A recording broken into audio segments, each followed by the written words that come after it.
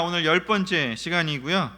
21장부터 이제 해야 되는데요. 21장부터 22장, 23장 이렇게 24장까지 남아 있습니다. 21장까지가 좀 드라마틱한 그 이야기들의 연속이었고요. 마무리가 되는 장이었습니다.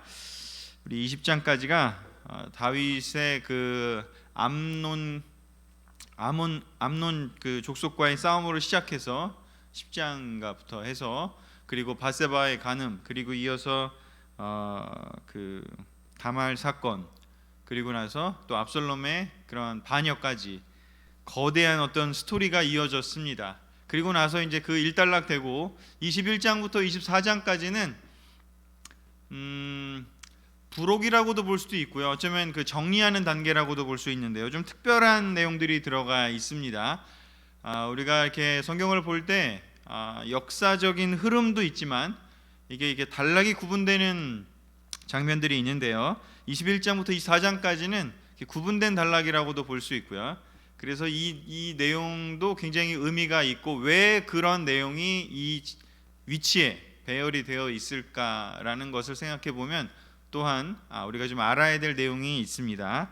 그래서 제가 원래는 그냥 이거를 그냥 뭉뚱그려서 간단하게만 정리하고 넘어갈까 하다가 조금 디테일하게 보는 것도 필요하겠다 싶어서 오늘은 21장의 내용만 먼저 같이 나누려고 합니다. 자, 20장까지의 내용을 쭉 봤을 때 그 다윗이 사무엘 상에서 보여준 모습과는 너무나 다르게 왕이 되고 난 후에 그가 어떤 실수를 하고 어떤 어려움을 겪었는지, 그리고 그것이 극복되는 과정은 어떻게 되었는지를 바로 기록한 것이 20장까지였습니다. 그래서 21장은 어쩌면 그 어려운 다윗의 그 과정, 겪었던 그 과정을 결국 하나님께서 어떻게 마무리를 지어 주셨는지, 개입하셨는지에 대해서 어떻게 보면 정리하는 그런 장이 바로 21장이라고도 볼 수 있고요. 그래서 20장과 21장의 연결고리가 있습니다. 그리고 난 후에 이제 22장은 다윗의 노래 이렇게 되어 있는데요. 다윗의 노래가 22장에 되어 있고 또 23장에 다윗의 마지막 말 이렇게 해서 그 앞부분에 이렇게 연결이 되는데, 바로 이 22장의 다윗의 노래와 다윗의 마지막 말은 사무엘상의 시작이었던 그 내용 중에 한나의 기도가 사무엘상의 시작이었습니다. 한나의 기도가 시작이었고 그 시작 앞에 그 어떤 설명이 좀 있죠. 한나가 왜 그런 기도를 했는지 하면서 그 한나의 기도로 시작해서 다윗의 기도로 어떻게 보면 끝이 나는 그런 구조를 지금 가지고 있습니다. 그래서 이 수미 쌍관 구조라고 하는데요. 사무엘상의 시작 한나의 기도가 다윗의 기도로 이렇게 마무리되는 그 의미가 있습니다. 그리고 난 후에 다윗의 명장들에 대한 내용이 나옵니다. 다윗의 명장들에 대한 내용은 바로 이 모든 스토리가 이 하나님께서 선택한 백성 이스라엘이 왕국을 형성할 때 있어서 다윗 혼자 한 게 아니다. 수많은 조력자가 함께 있었다라는 의미에서 그 조력자들의 이름과 그들의 스토리가 간략하게 나와 있습니다. 그렇게 마무리가 되고요. 그리고 나서 24장 마지막 장에 다윗의 인구조사, 그리고 타작마당에 쌓은 단 이렇게 되어 있는데요. 이 이야기는 또 왜 거기에 들어가 있느냐 라는 것이 나오는데요. 그 이야기는 다윗이 타작마당을 쌓은 단이 바로 성전이 세워지는 자리가 됩니다. 그래서 그 성전이 왜 그 자리에 세워져야 됐는지에 대한 설명이 되겠죠. 그래서 다윗이 성전을 준비하는 사람이었고 솔로몬이 그 성전을 짓게 되는데 바로 그 성전이 지을 자리가 어떻게 준비되는지를 사무엘하 마지막 장에서 보여주면서 그 뒤에 있는 그 왕들의 이야기로 이제 전개가 넘어가게 됩니다. 그래서 연결고리 역할을 좀 하게 되죠. 이러한 큰 맥락에서 이제 구분이 좀 됩니다. 그래서 여기는 연대기적인 순서가 아니라는 것을 조금 우리가 이해를 하셔야 됩니다. 그래서 먼저 21장에 대해서 오늘 같이 볼 텐데요. 21장은 연대기적으로 보면 학자들이 주장하는 것은 학자들의 그 공통된 생각은 무엇이냐면 바로 그 압살롬 반역이 있기 훨씬 좀 전에 있었던 것으로 추정이 되는 이야기입니다. 근데 그 이야기를 왜 여기다 두었을까? 그것을 오늘 한번 제가 설명을 같이 드릴 테니까 같이 이 부분에 대해서 한번 우리가 지금 하나님께서 이 말씀을 통해 사무엘하 21장을 통해서 우리가 가져야 될, 우리가 알아야 될 것들이 무엇인지를 살펴봤으면 좋겠습니다. 자, 사무엘하 21장은 이렇게 시작이 됩니다. 기브온 사람들의 원수를 갚아줌이라고 되어 있습니다. 기브온 사람들의 억울함이 기본적으로 시작이 되는 내용입니다. 제가 그냥 읽겠습니다. 다윗의 시대에 계속 3년 동안 흉년이 들었다. 그래서 다윗이 기도하자 여호와께서 이렇게 말씀하셨다. 이 흉년은 사울과 그 집안 사람들이 기브온 사람들을 죽여 범죄한 대가이다. 그래서 다윗 왕은 기브온 사람들을 불렀다. 이들은 본래 이스라엘 사람이 아니고 아모리 사람 중에서 살아남은 자들이었다. 이스라엘 사람들이 그들을 죽이지 않고 보호하겠다고 약속하였으나 사울은 민족주의적인 열성 때문에 그들을 전멸시키려고 했던 것이다. 자, 기브온 사람들에 대한 이야기가 갑자기 튀어나왔습니다. 그래서 제가 다시 한번 이야기 드리지만 연대기적으로 압살롬의 반역이 있고 난 후에 일어난 일이 아니라 그 전에, 훨씬 더 전에 일어났던 일을 지금 여기에 배치를 했습니다. 이 사무엘 상하를 이렇게 편찬한 그 누군가겠죠. 그 사람은 이렇게 편찬을 했습니다. 편집을 했습니다. 자, 그러면 이 이야기를 좀 이해하기 위해서, 자, 기브온 사람들은 누구고 왜 그들은 이스라엘 땅에 살고 있었나라는 것을 조금 알아봐야 되고요. 그러면 사울은 또 이들을 왜 죽이려고 했느냐라고 또 여기에 등장이 되는데, 바로 그 부분에 대한 생각들을 좀 나눠보도록 하겠습니다. 자, 먼저 여호수아, 이걸 이해하기 위해서 여호수아 9장을 좀 봐야 됩니다. 여호수아 9장 3절에서 6절에 또 이렇게 기록이 되어 있습니다. 자세한 내용을 여러분이 이해하시려면 9장을 전체를 읽어보시면 됩니다. 저는 그걸 다 하기 어렵기 때문에 일부의 절만 추려왔습니다. 제가 그냥 읽겠습니다. 히위족의 기브온 사람들은 여리고와 아이 사이에서 일어난 일을 듣고 살 길을 찾기 위해 묘한 꾀를 내어 여호수아에게 사신을 보냈다. 그들이 보낸 사신들은 먼 여행을 한 것처럼 헤어져서 너덜너덜한 마대를 안장에 달고 낡고 터져서 기운 포도주 부대를 나귀에 싣고 달아서 기운 신발을 신고 남루한 옷을 입고 마르고 곰팡이 냄새가 나는 빵을 마련하여 이스라엘 사람들이 머물고 있는 곳을 향해 떠났다. 그들은 길갈에 있는 이스라엘 진영에 이르러 여호수아와 그 백성에게 우리는 당신들과 평화 조약을 맺기 위해 먼 땅에서 왔습니다. 이제 우리와 조약을 맺읍시다 하였다. 자, 여호수아가 이끌었던 그 이스라엘 백성들은 원래 계획은 가나안 땅에 들어가서 거기에 있는 모든 족속들을, 거기에 있는 사람들을 다 전멸시키는 것이 원래 하나님께 받은 명령이었고 그것이 그들의 계획이었습니다. 그래서 여리고 성을 그렇게 전멸을 시켰고요. 아이 성도 또한 점령을 했습니다.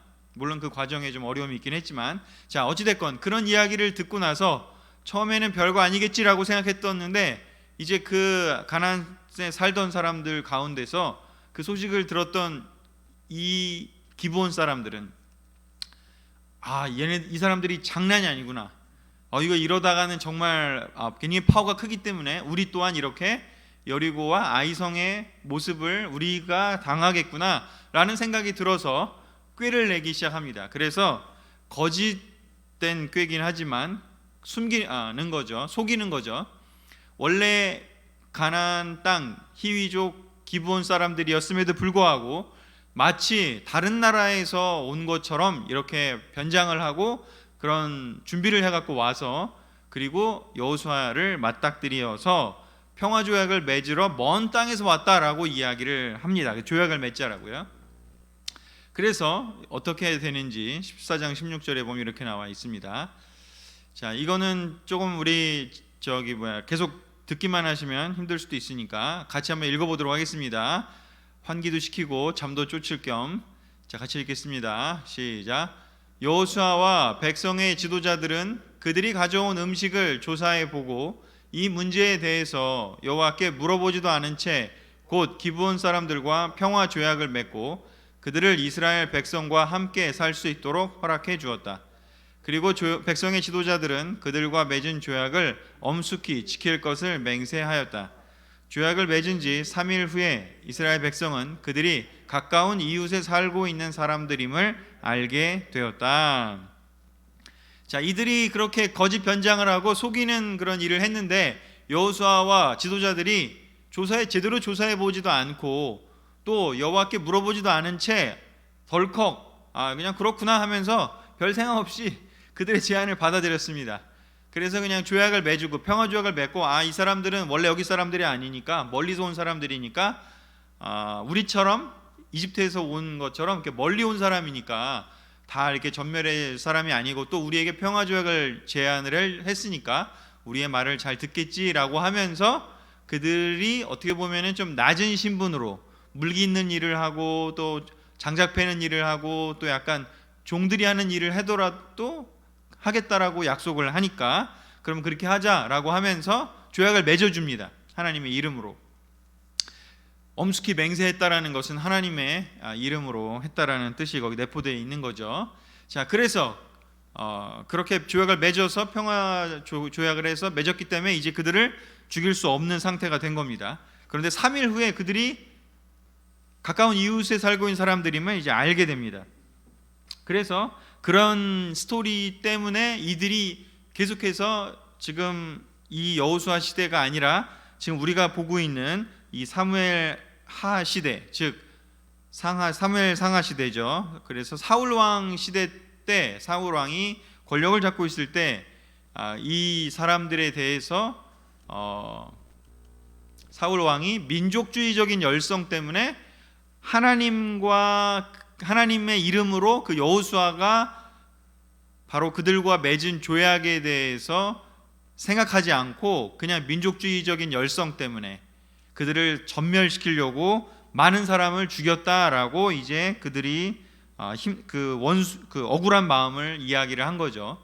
자, 그래서 이렇게 되었기 때문에 그 이야기를 이제 사울이 물러나고 사울이 죽고 다윗이 왕이 되니까 그 이야기를 이제 다윗에게 와서 하소연을 한 거죠. 이 사람들이.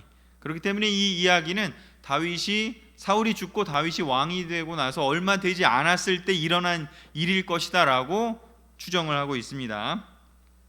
자, 그래서 이렇게 억울함을 호소하는 사람들에 대해서 다윗이 그들의 이야기를 잘 듣고 그리고 나서 그들에 대해서 어떻게 처리를 하는지가 나오는데요. 그래서 먼저는 첫 번째 이 지금까지의 이야기만 가지고 우리가 좀 받아들여야 하고 또 깨달아야 하고 적용시켜야 될 그 포인트가 있습니다.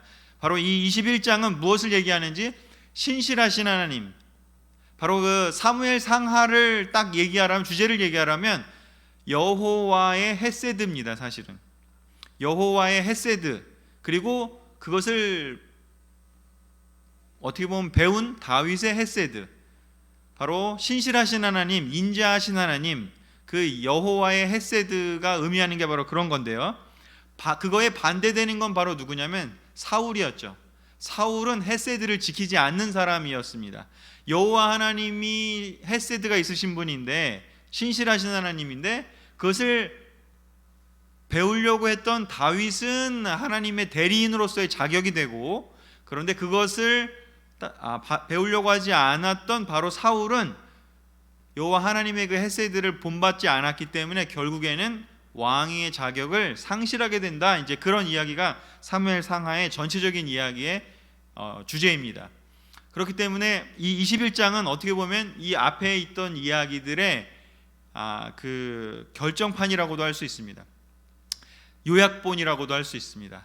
신실하신 하나님에 대한 이야기죠. 이 기브온 사람과 그 약속을 맺었던 그 사람은 여호수아와 그 다음에 그 당시의 지도자들이었지만 그 약속이 하나님 이름으로 행해졌기 때문에 바로 하나님은 그 약속에 대해서 책임이 있으셨고 하나님은 그 약속에 대해서 돌아보셔야 됐습니다. 그렇기 때문에 이 기브온 사람들의 이 억울함 때문에 다윗이 왕이 됐는데 3년 동안 흉년이 계속 들었다라고 이야기를 하고 있습니다.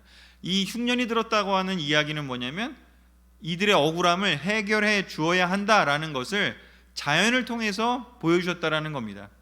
사울이 있을 때 그러면 왜 보여주어야지 왜 다윗이 있을 때 보여주었느냐, 뭐 이렇게 질문할 수도 있겠지만, 사울은 그들에게 억울함을 풀어줄 수 있는 마음의 준비가 전혀 되어 있지 않은 사람이었기 때문에 하나님께서는 기다리셨다가 이제 그것을 풀어줄 수 있는 다윗이 왕이 됐을 때 그때 이렇게 신호를 보내신 거고, 그래서 기브온 사람들이 다윗에게 와서 이제 그 이야기를 했던 것입니다. 그래서 여기에 보면 오늘의 어떻게 보면 21장에서의 주제가 신실하신 하나님, 헤세드 하나님이라면 바로 거기서 첫 번째로 우리가 배워야 될 것은 약속에 대한 우리의 영적인 태도입니다. 그래서 이 약속에 대한 이 유대인의 믿음, 바로 구약 성경에 기록된 그들이 알고 있고 그들이 배웠고 그들이 지키려고 했던 그 믿음은 무엇이었나를 우리가 먼저 봐야 됩니다. 자, 전도서 5장 4절에서 6절에 이런 구절이 있습니다. 같이 읽겠습니다. 시작. 하나님께 약속한 것이 있으면 그 약속을 이행하는 데 지체하지 말아라. 하나님은 어리석은 자를 기뻐하지 않으신다. 내가 약속한 것을 속히 이행하라. 약속을 하고 이행하지 않는 것보다 차라리 약속을 하지 않는 것이 더 낫다. 너는 입으로 범죄하지 말아라. 너는 하나님의 사자 앞에서 내 약속이 잘못된 것이라고 말하지 말아라. 하나님을 노하시게 하여 내가 한 일을 망쳐놓을 이유가 무엇이냐? 하나님께 약속을 했다면 그 약속을 반드시 지켜야 한다가 바로 유대인들이 하나님으로부터 배운 것이었습니다. 사실 2000년 전, 3000년 전에 이렇게 약속을 신실하게 지킨다는 개념이 전 세계에 그렇게 많은 곳에 있을 수 없었습니다.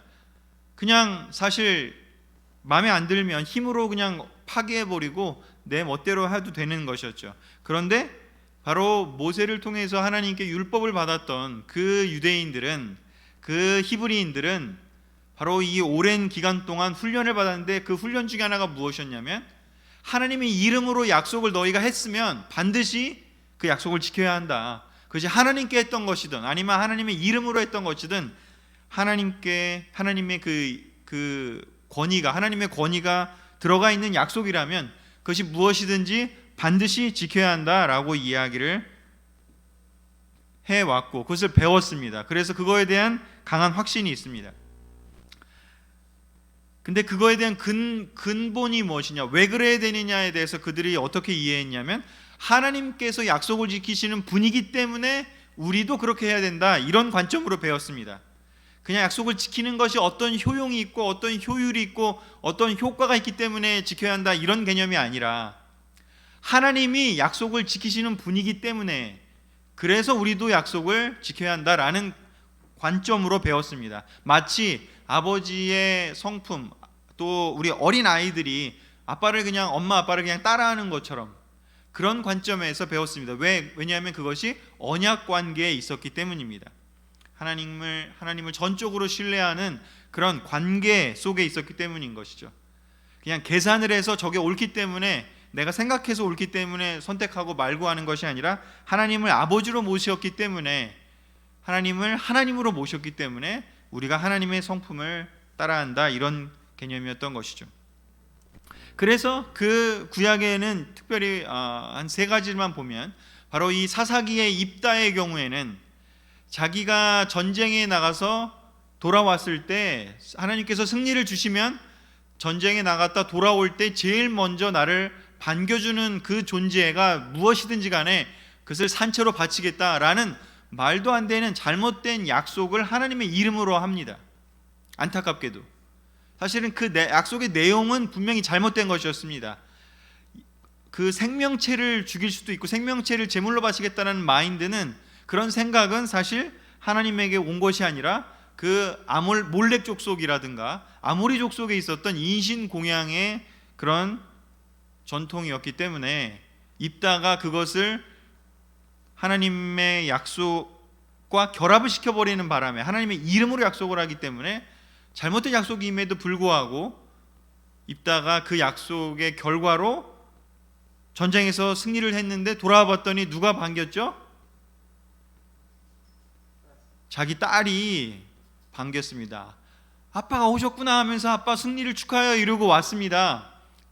근데 입다가 아이구야 이럴 수가 이러면서 이제 너무나 슬퍼하면서 자기 딸을 바치게 되는데, 그 딸도 너무 대단한 것은, 여러분 그 장면을 사사기를 읽어보시면 알겠지만 딸도 너무 대단한 것은 아버지가 그런 약속을 했으면 제가 그렇게 돼야지요 라고 이야기를 합니다.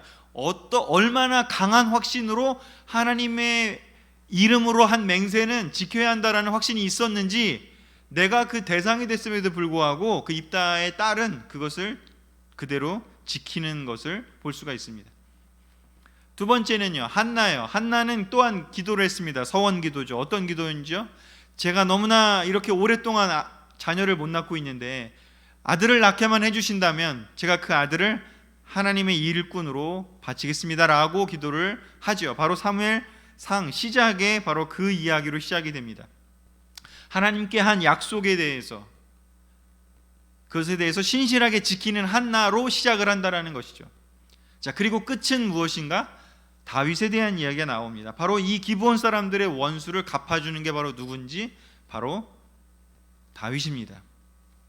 다윗도 많은 여러 가지 약속들을 했죠.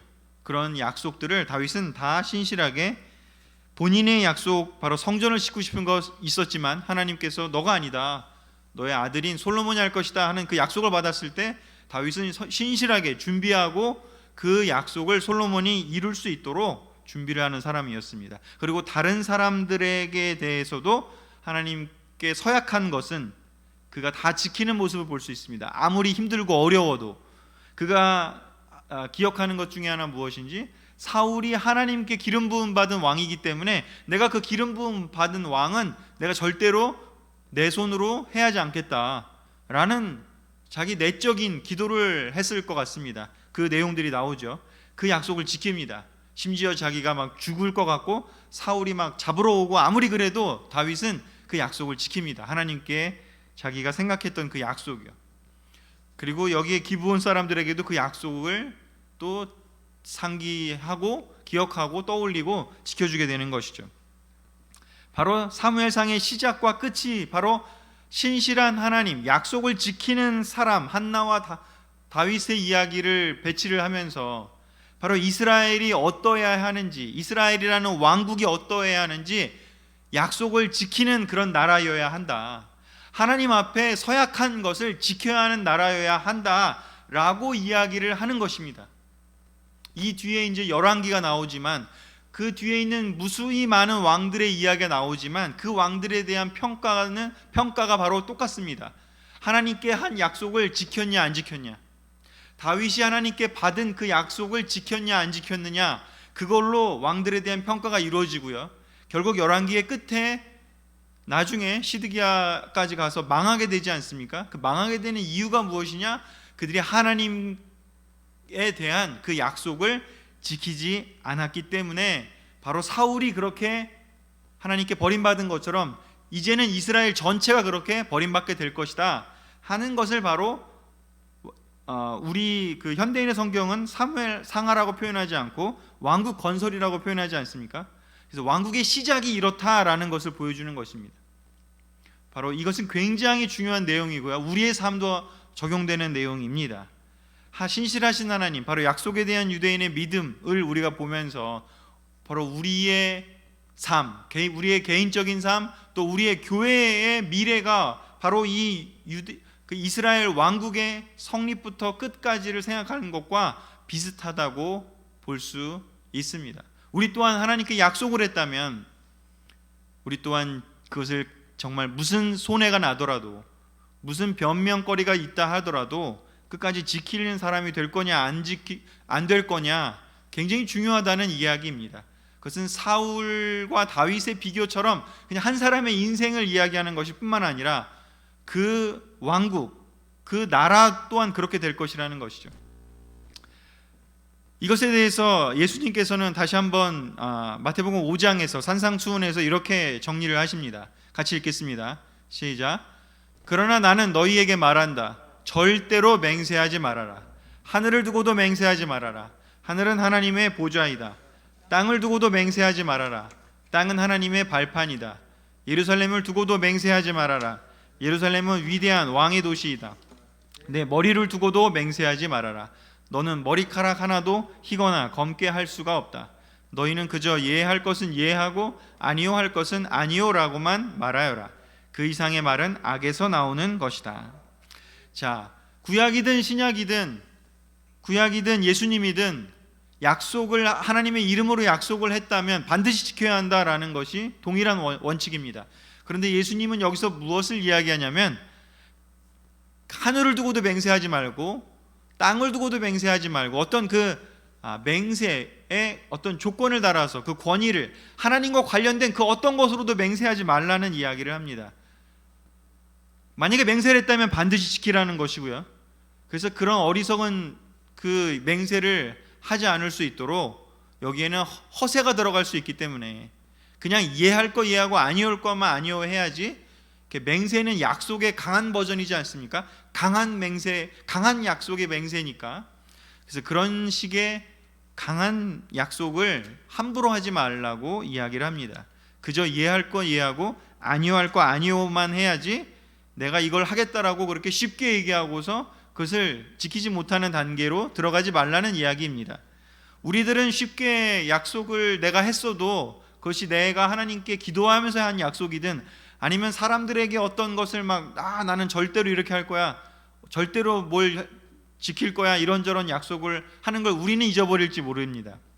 그런데 하나님은 다 알고 계십니다. 그렇지 않습니까? 그 부분을 반드시 우리는 기억해야 합니다. 대표적인 우리가 사람들에게 어떻게 보면 강한 약속 중에 하나가 뭘까요? 바로 결혼식장에서 우리가 약속을 합니다. 남편은 아내에 대해서 비가 오나 눈이 오나 아무리 건강하거나 아프거나 사랑하겠음을 약속합니까? 라고 물어보죠. 네라고 대답을 하죠.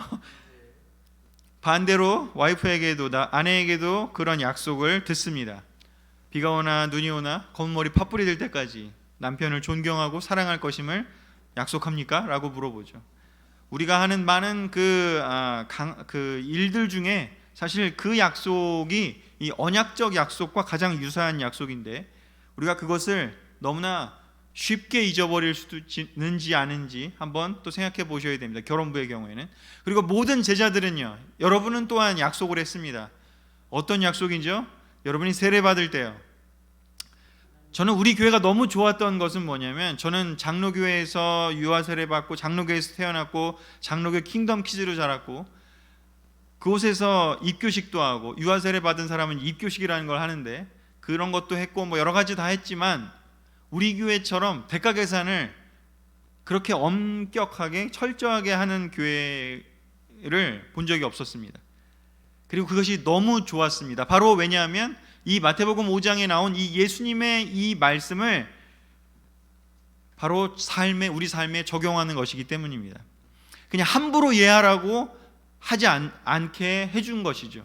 예수님도 여러 번 얘기하지 않습니까? 수많은 사람이 제자가 되겠다고 따라올 때 수많은 사람이 지옥 가기 싫고 천국 가고 싶어서 예수님을 따라갔고요. 수많은 사람이 예수님을 따라가면 뭔가 재미있고 뭔가 좋은 자리를 얻고 뭔가 축복받을 것 같아서 따라갔습니다.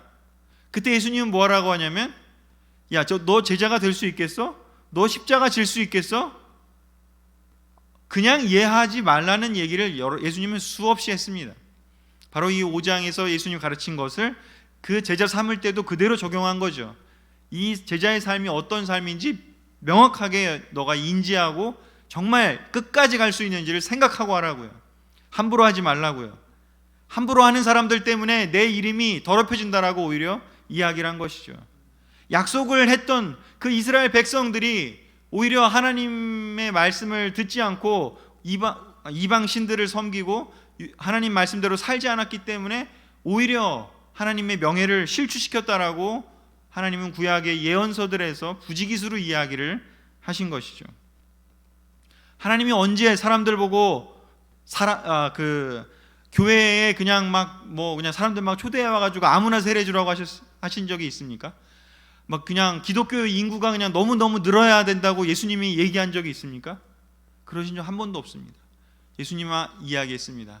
하나님이 신실하신 것처럼 너희도 신실해라. 하나님이 거룩한 것처럼 너희도 신실해라. 그 약속을 예라고 할 수 있는 사람만 제자가 되라고 이야기했습니다.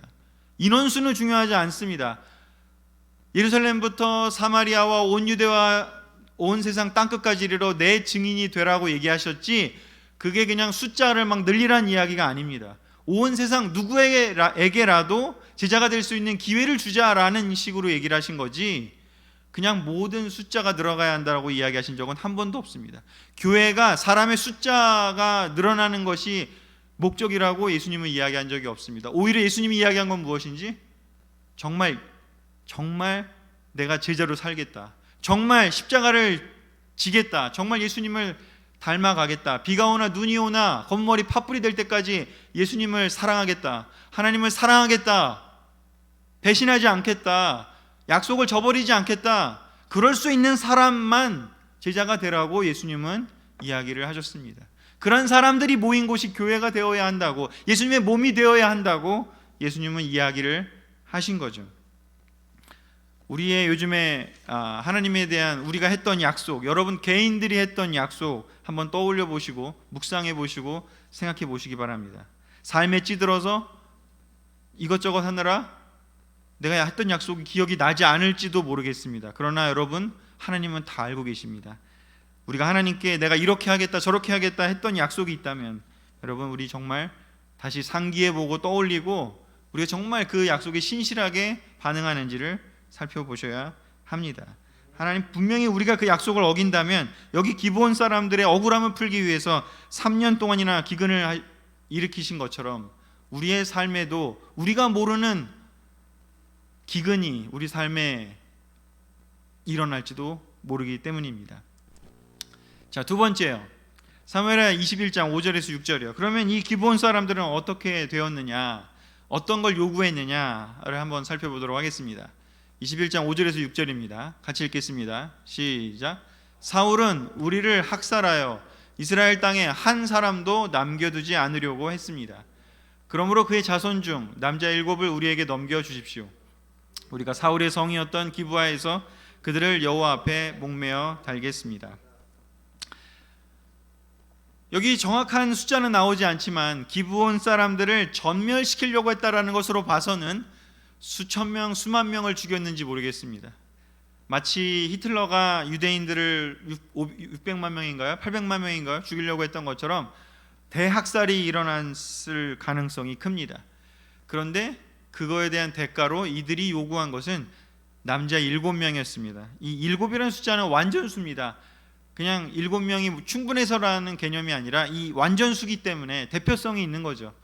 그 나쁜 짓을 한 그 사울의 자손 중에 대표성이 있는 그 7을 우리에게 넘겨주면 그를 처형함으로써 우리의 원한을 갚겠다라고 그 기브온 사람들이 제안을 합니다. 물론 지금 시대라면 법정이 있고 그 법의 구제를 받는 시대가 있기 때문에 이렇게 하진 않았겠지만, 이 옛날 시대에는 이렇게 눈에는 눈, 이에는 이 방식의 율법이, 법칙이 살아서 적용되는 시기였기 때문에 이런 요구를 할 수 있었던 것이죠.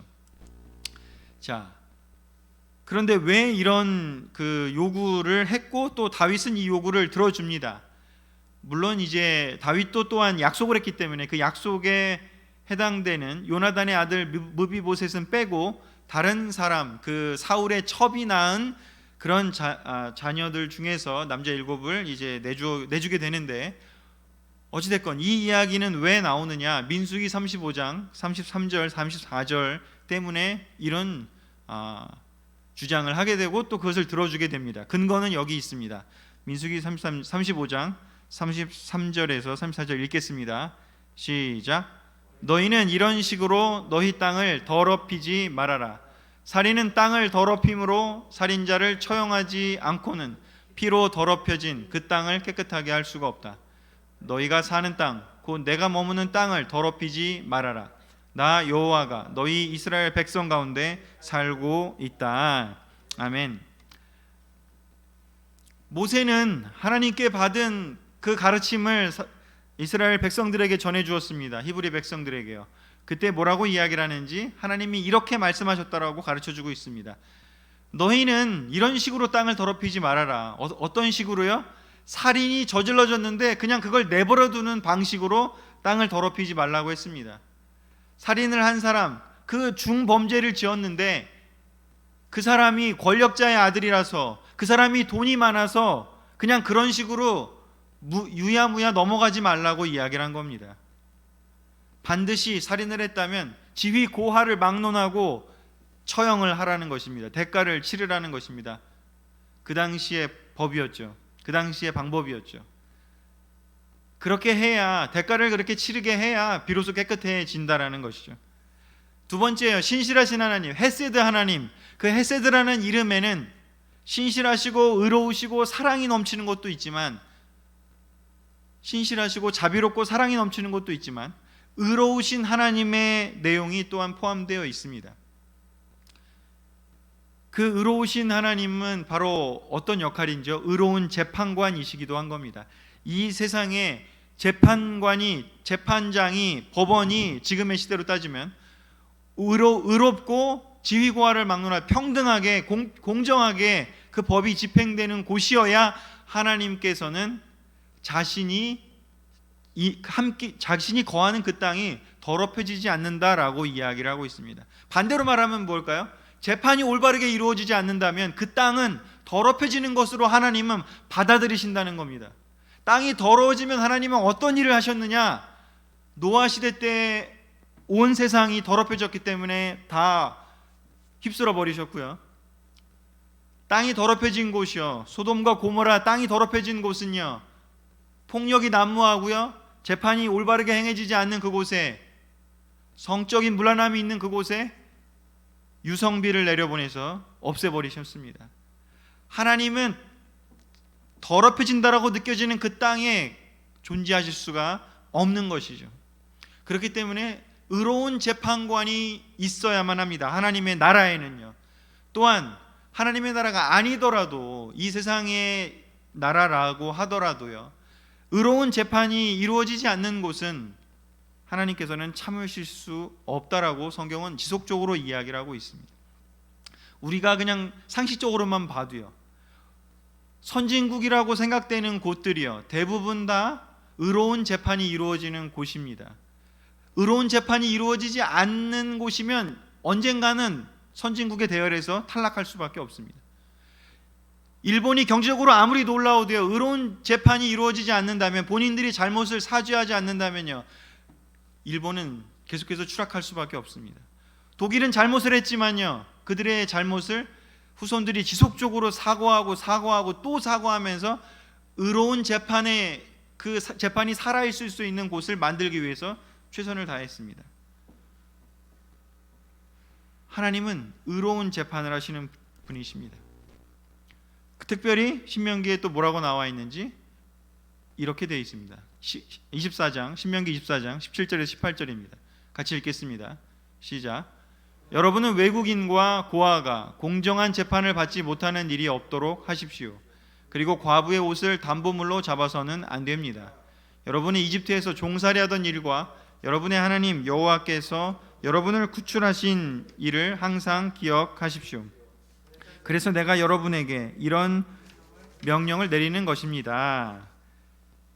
특별히 하나님께서 모세를 통해서 이스라엘 백성들에게 가르친 것은 무엇인지, 하나님이 직접 재판을 하시는 방법은 정말 유성비가 내리든 아니면 홍수가 나든 아니면 불이 내리든 그런 식으로 어마어마한 일이 벌어질 수밖에 없는데, 그 전에 어떻게 해야 되느냐면 하나님의 대리인으로 세운 사람, 그게 바로 인도자죠. 지도자죠. 종교 지도자든 정치 지도자든, 즉 선지자든 왕이든 제사장이든 누구든지 간에 재판을 하는 역할을 맡은 사람이라면 공정하게 해야 된다는 것입니다. 외국인이든 고아든 부자든 가난한 사람이든 힘이 있든 힘이 없든 공정한 재판을 하라고요. 그리고 과부의 옷을, 즉 약한 사람, 지극히 연약한 사람의 옷은 담보물로 잡아서는 안 된다고요. 부자의 옷은 담보물로 잡아도 되지만 과부의 옷은 그러면 안 된다고요. 외국인과 고아와 과부가 의미하는 게 무엇인가요? 지극히 약한 사람입니다. 그만큼 하나님은 이 세상의 사람들이 생각하는 것과는 너무나 다른, 그러나 우리가 너무나 원하는 그런 공정한 재판을 본인의 백성들이 하기를 바랬고요. 이 세상에 그러한 원리가 퍼져나가기를 바랬습니다. 왜냐? 그래야 하나님께서 우리와 함께 지내실 수 있기 때문인 것이죠. 특별히 그것을 어떻게 기억하라고 하는지, 너희가 바로 그런 사람이었다라는 것을 기억하라고 이야기를 합니다. 너희가 외국인이었고, 너희가 고아였고, 너희가 과부의 위치에 있었다. 바로 이집트에서 종살이 했던 노예였기 때문에. 그렇기 때문에 너희가 절대 잊어버리지 말아라. 가나안 땅에 들어가더라도, 너희가 부자가 되고 너희가 종을 부리는 때가 되더라도, 너희가 힘이 생기는 그런 때가 되더라도, 풍족한 때가 되더라도 너희가 이 공정한 재판을 너무나 바랬던 그런 종이었음을, 노예였음을 잊어버리지 말아라 하면서 이들에게 가르쳤습니다. 그리고 그것 때문에 바로 이스라엘의 초기에 그 나라는 강했습니다. 그리고 왕국이 세워지는 이 시기에 다윗이 세웠던 것 또한 이런 공정한 재판이었습니다. 다윗은 이 억울한 기브온 사람들의, 바로 외국인이었고 종살이하던 이 기브온 사람들의 이 억울함을 풀어주게 된 것이죠. 바로 그걸 통해서 흉년이었죠. 가뭄이 들었던 그 흉년이 그치게 되는 일이 21장에 이제 마무리가 되겠습니다. 자, 이 이야기가 왜 있느냐? 바로 사울이 왜 왕으로서 계속가지 못하고 탈락했느냐? 바로 그 이유가 무엇인지, 신실하신 하나님을 닮지 않았다. 왕은 하나님의 대리자여야 한다. 지도자는 하나님의 대리자여야 한다. 그냥 자기 마음대로 사사롭게 하는 것도 아니고 민족주의적인 열성 때문에 그냥 자기 뜻대로 해도 되는 것이 아니다라는 것을 이야기합니다. 왜 다윗이 왕이 되었냐를 다시 한번 상기시켜 줍니다. 바로 사무엘하 21장에 그 이야기가 들어있는 것은 바로 그것이면서, 아까도 처음에 설명했다시피 뒤에 나오는 이스라엘 왕들이 어떻게 되어져야 하는지, 이스라엘이 어떻게 서야 하는지, 신실하신 하나님을 닮은 나라가 되어야 한다. 그렇지 않으면 망할 것이다 라는 것을 여기서 예견하고 있고, 실제 역사에서 그런 결과가 나타나게 되는 것이죠. 우리가 하나님께 희망을 두는 이유가 무엇일까요? 사무엘하는 이렇게 이야기를 합니다. 약속을 지키시는 분이기 때문에 우리가 하나님께 희망을 둔다고요. 하나님이 약속을 많이 하셨지 않습니까? 창세기부터 계시록까지 수많은 약속들이 있습니다. 그 약속을 그냥 예했다가, 내가 이렇게 하겠다고 했다가 정말 불쌍히 여겨서 잠시 우리를 자비로우신 마음으로 조금 기간을 늘려주시거나 조금 기다리시는 건 있을지언정 그 약속을 지키시지 않은 적은 한 번도 없고요. 앞으로도 하나님은 자신이 하신 약속을 지키실 것입니다. 그것이 축복의 약속이든 아니면 심판의 약속이든 하나님이 하신 약속들을 한번 생각해 보십시오. 그 약속은 반드시 지켜지고야 말 것입니다. 사람들이, 얼마나 많은 사람들이 교회에 오느냐 안 오느냐 아무 상관이 없습니다. 약속을 지키는 그 하나님의 그 성품 때문에 그 일이 일어나는 것이지, 교회가 세력이 많아졌기 때문에, 사람들에게 칭찬받기 때문에 약속이 지켜지느냐, 절대 그런 거랑은 아무 상관이 없습니다. 우리가 하나님께 희망을 두어야 합니다. 그렇기 때문에요. 교회도 마찬가지입니다. 우리가 왜 교회가 약속을 지켜야 하고, 제자로서 우리가 왜 약속을 지키면서 살려고 하는지, 비록 때때로 손해가 날지라도요. 하나님이 그러하신 분이기 때문인 것이죠. 두 번째요, 의로운 재판을 하시는 분이기 때문에 우리가 하나님께 희망이 있습니다. 이 세상에 희망이 없는 것은 무엇인지요? 사람에게 희망이 없는 것은요, 사람은 절대로 완벽하게 의로운 재판을 할 수 없습니다. 사사로운 마음이 들어갈 수밖에 없습니다. 하나님만이 의로운 재판을 하실 수 있습니다. 그 대표적인 예가 성경에 무수히 많이 나올 뿐더러 대표적인 가장 강력한 예가 무엇입니까? 바로 예수님의 십자가 처형이었죠. 예수님의 십자가 사건이었죠. 하나님이 의로운 재판을 어떻게 하시는지를 보여주신 재판이죠. 이 세상에 어떤 사람이 그렇게 하실 수 있겠습니까? 아무도 그렇게 할 수 없습니다. 그래서 우리의 희망이 하나님께 있다라는 것을 이 21장을 통해서 사무엘 하의 전체 주제를 다시 한번 요약적으로 보여주고 있습니다. 마지막 이 구절 보면서 정리하겠습니다. 시편 37편 28절입니다. 다 같이 읽겠습니다. 시작. 여호와께서는 공정한 것을 사랑하시고 그의 신실한 백성을 버리지 않으신다. 그들은 영원히 보호를 받을 것이나 악인의 자손들은 망할 것이다. 아멘. 우리의 희망이 어디에 있나요? 하나님께 있습니다. 우리는 그러면 왜 윤리적으로 살려고 하고 왜 말씀대로 살려고 할까요? 하나님을 사랑하기 때문인 것이죠. 하나님께 희망이 있기 때문인 것이죠. 그걸 통해서 내가 더 잘나기 위해서가 아니라, 그걸 통해서 내가 좀 마음이 편하기 위해서가 아니라 하나님을 사랑하기 때문이고 하나님을 본받고 싶은 그 마음 때문인 것이죠. 하나님의 언약을 믿고 따라가기